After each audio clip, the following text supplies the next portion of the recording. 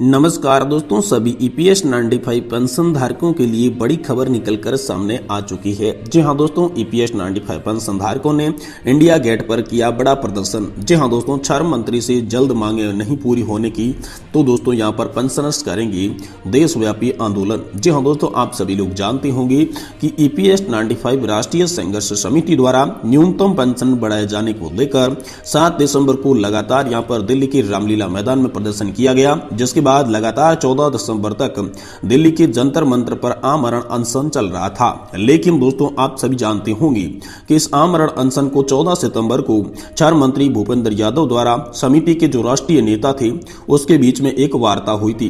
दोस्तों, समिति के राष्ट्रीय नेताओं को यहां पर श्रम मंत्री ने बुलाया, जिसके बाद दोस्तों जंतर मंतर पर चल रहा आंदोलन जो था वो स्थगित कर दिया गया। तो दोस्तों, इसी मामले को लेकर आज समिति की दिल्ली कार्यकारिणी की इस सभा इंडिया गेट के सामने समाप्त हो चुकी है। जी हां दोस्तों, इंडिया गेट के सामने यहां पर ईपीएस 95 राष्ट्रीय संघर्ष समिति की एक सभा संपन्न हुई दोस्तों, जिसमें राष्ट्रीय अध्यक्ष कमांडर अशोक जी रावत, राष्ट्रीय महासचिव वीरेंद्र सिंह राजावत, राष्ट्रीय सलाहकार पीएन पाटिल, मुख्य समन्वयक रमाकांत सहित कई यहां पर सदस्य के कार्यकारिणी जो सदस्य थे वो मौजूद रहे थे। और साथ ही साथ दोस्तों इनमें कई वरिष्ठ नेतागण, मंत्री और पक्ष विपक्ष के सांसद भी निरंतर मिलते जा रहे हैं, जो कि ईपीएस 95 पेंशन धारकों का संघर्ष है।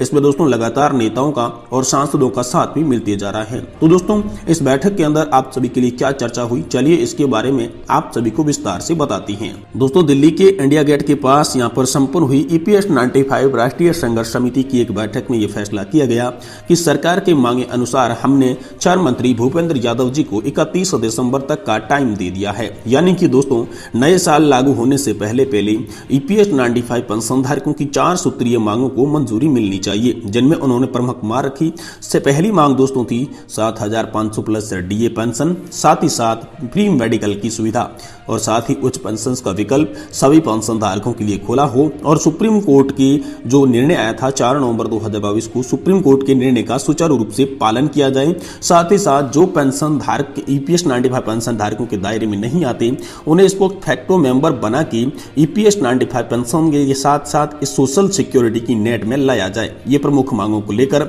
उन्होंने यहां पर श्रम मंत्री जी से वार्ता की थी, जिसके बाद श्रम मंत्री जी ने आश्वासन ये दिया था कि आप सभी की मांगों को लेकर मैं वित्त मंत्रालय को प्रस्ताव भेजूंगा।